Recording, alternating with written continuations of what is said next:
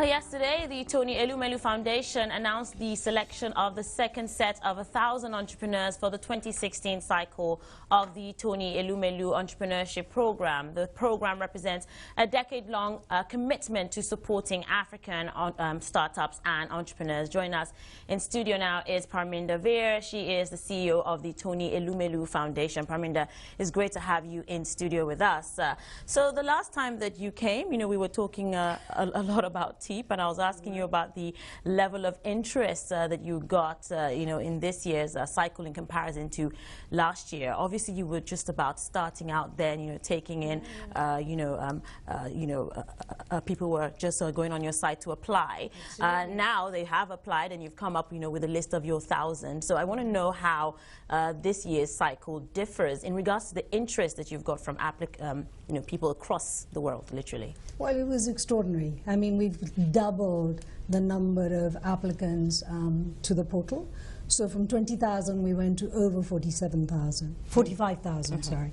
And in the number of countries that we reached, 54 African countries, 27 international countries. So the program has really captured the imagination, not just in Pan-Africa, but also worldwide. And your fund is $100 million, but apparently last year, you mentioned, I believe in the last interview, we had that you spent $8 million of that $100 million, with $5 million going to the entrepreneurs. Do you plan to keep to that level of funding, or will it be raised? Absolutely, because the program is a $100 million commitment, and there's 2 rounds of seed capital, $10,000 of seed capital to each entrepreneur who qualifies onto the program.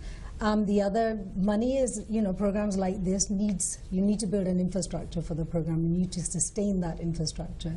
So I would say, out of the 8 million, 3 million of that was really in building last year the infrastructure. That included the training program, the training program, the 12-week online training program, the marketing, the bringing of 1,000 entrepreneurs to Lagos for the boot camp.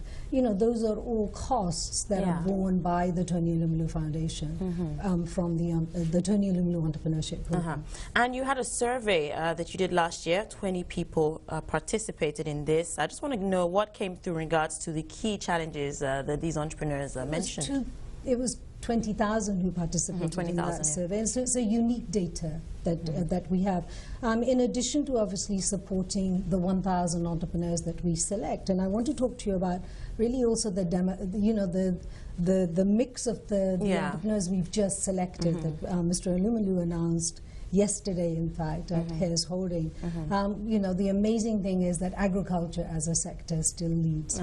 Women have really come through in terms of the number of applications that have been successful in terms of being selected. So over 30% of our entrepreneurs in this year's program, the second round of Tony Elumelu Entrepreneurship Programme, are from women, women business owners, And also the number of countries, like Ethiopia has now come through. In regards to age as well? Demographic remains young. I mean, that's because Africa's demographic is very young, so 21 to 37 to 40. But we do have older demographics as well. But I would say the large demographic would be the young entrepreneurs, right? Who are, who are either leaving their professional career and saying, I really want to put that dream of a business idea that I've been carrying into practice, and have taken the risk and have applied to the Tony Elumelu Entrepreneurship Programme.